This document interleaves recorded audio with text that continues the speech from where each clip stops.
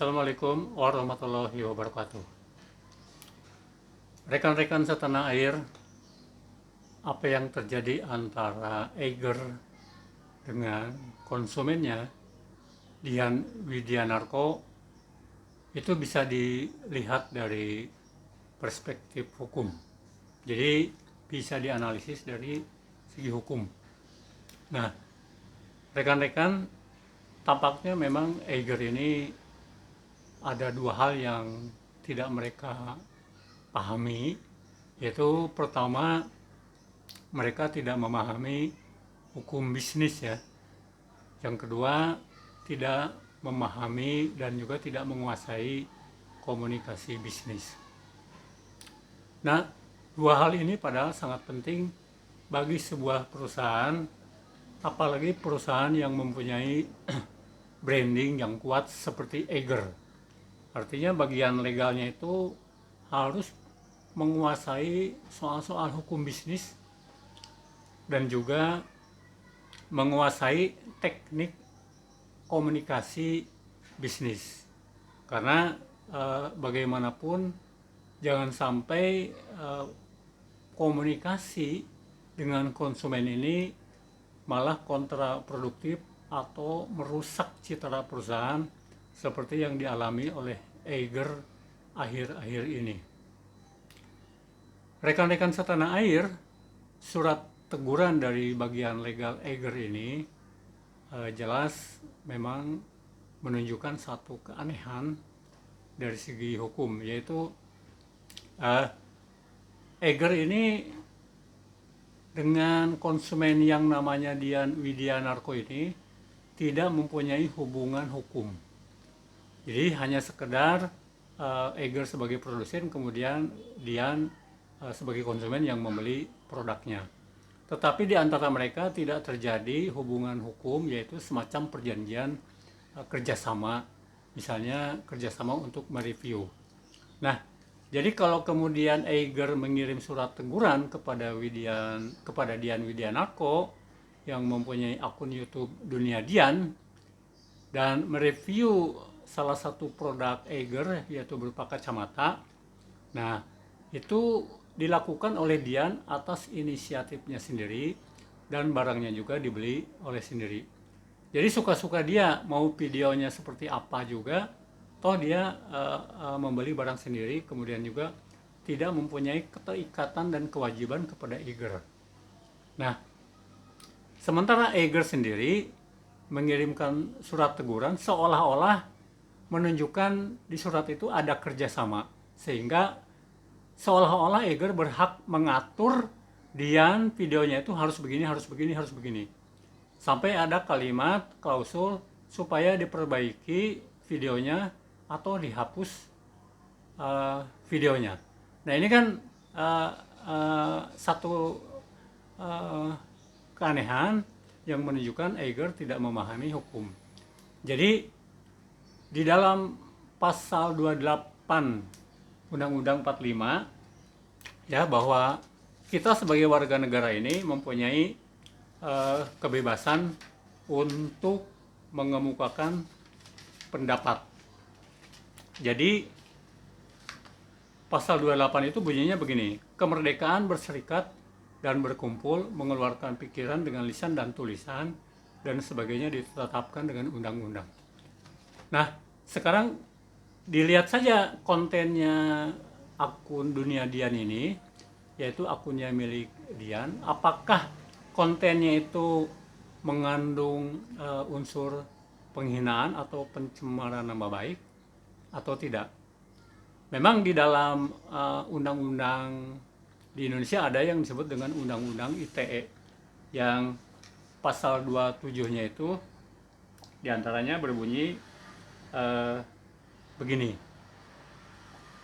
setiap orang dengan sengaja dan tanpa hak mendistribusikan dan atau mentransmisikan dan atau membuat dapat diaksesnya informasi elektronik dan atau dokumen elektronik yang memiliki muatan penghinaan dan atau pencemaran nama baik. Nah, bandingkan dengan konten YouTube punyanya Dian. itu sama sekali tidak mengandung unsur penghinaan dan pencemaran nama baik. Jadi tidak ada pelanggaran Undang-Undang ITE di situ. Jadi keberatan dari Eiger ini salah kaprah. Malah konten Dian ini reviewnya terhadap produk kacamata Eiger ini justru mempromosikan, ya, karena isinya itu memuji habis produk tersebut, sama sekali tidak diulas tentang kekurangannya. Kan ini bisa diibaratkan sebagai promosi gratis, jadi sangat menguntungkan Eiger. Nah kan, ya ini kalau dalam istilah bahasa ini, masa sih air susu dibalas dengan air yang pahit gitu ya. Air susu itu manis, Dian memberikan air susu yang manis kepada Eiger, kemudian diberikan air yang pahit gitu ya dari Eiger kepada Dian. Jadi padahal di antara mereka tidak ada hubungan hukum. Padahal teman-teman, sebetulnya kalau melihat pada Undang-Undang Nomor 8 tahun 1999 tentang perlindungan konsumen, yaitu pasal 4 ayat 4 menyebutkan hak konsumen adalah untuk didengar pendapat dan keluhannya atas barang atau jasa yang digunakan.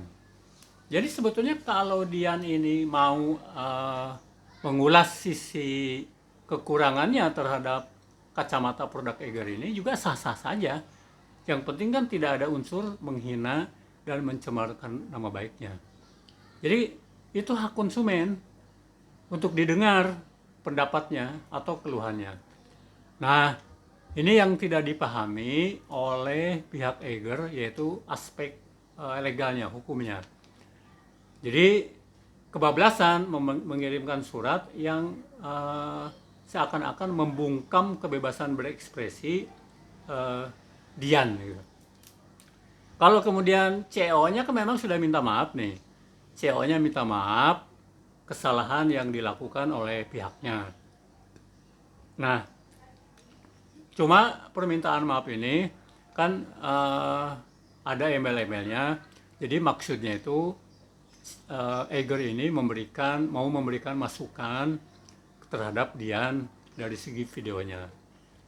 Nah ini juga harus dipahami rekan-rekan. Jadi pihak Eiger ini memang kurang terampil, kurang menguasai komunikasi bisnis.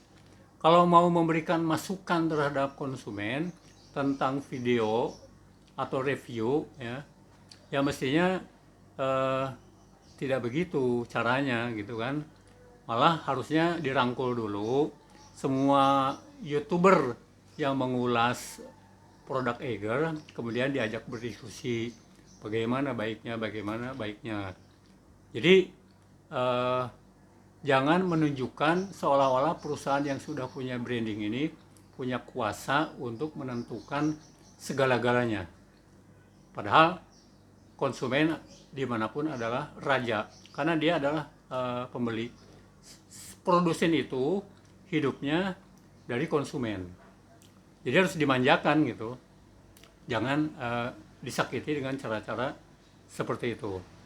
Nah ini rekan-rekan, kasus Eiger dengan Dian ini menjadi pelajaran berharga bagi perusahaan-perusahaan yang punya branding kuat ya, untuk belajar bagaimana rendah hati, bagaimana menghargai konsumen, dan bagaimana mengapresiasi konsumen yang mereview produk-produknya.